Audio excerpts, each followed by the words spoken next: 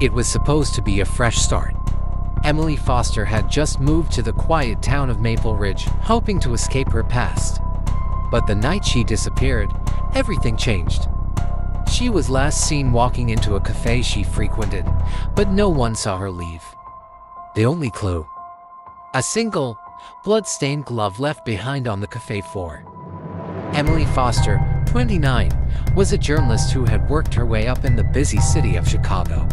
Ambitious, intelligent, and driven, she had spent the last decade working for major news outlets, exposing corporate corruption and political scandals. But after a painful breakup and feeling the weight of burnout, Emily decided to leave it all behind. She moved to the quiet, rural town of Maple Ridge, hoping for a fresh start and a simpler life. Though Emily had only been in town for a few months, she quickly became a familiar face at the local cafe, Riverside Cafe, where the town's residents would gather for coffee, gossip, and community bonding. Her warm demeanor, along with her quiet strength, made her well-liked, and soon she formed connections with the locals, though she kept her personal life guarded. It was late spring when Emily's life took an unexpected and tragic turn. On the evening of May 14th, Emily visited Riverside Cafe after finishing a late editing job at the small newspaper she had recently joined. She was seen entering the cafe by several regulars. But as the night wore on, she disappeared. Emily's absence was noticed quickly by morning. There was still no sign of her, and her phone had gone straight to voicemail. The cafe owners, Sarah and Jason McKinney, became concerned when they found Emily's belongings untouched on the table where she had been sitting. Her phone, purse, and jacket were all left behind, but there was no indication that anything unusual had happened. The only thing that seemed out of place was a blood-stained glove lying near the back entrance, near where Emily had been sitting. The sight was unsettling, but without any signs of forced entry. The police were initially baffled. Emily's car was parked just outside, and no one had seen her leave. Sheriff Olivia Grant, known for her calm demeanor and sharp instincts, took on the case. She immediately ordered a search of the area but came up empty-handed.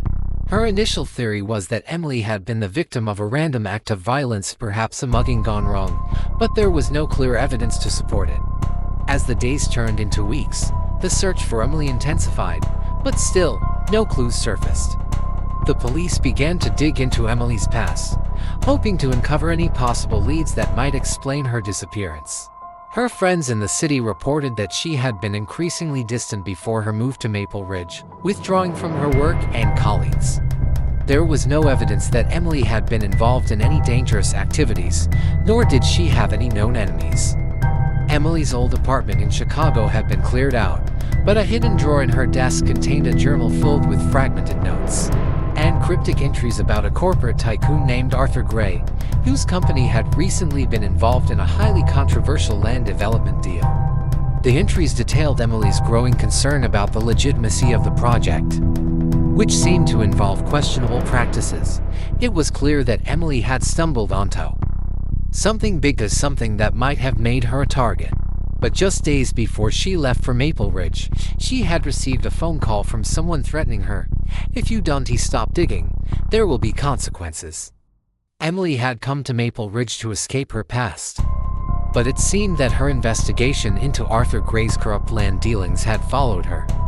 The more the police uncovered about Emily's research, the more they realized that she had been trying to expose something much larger than she had first suspected.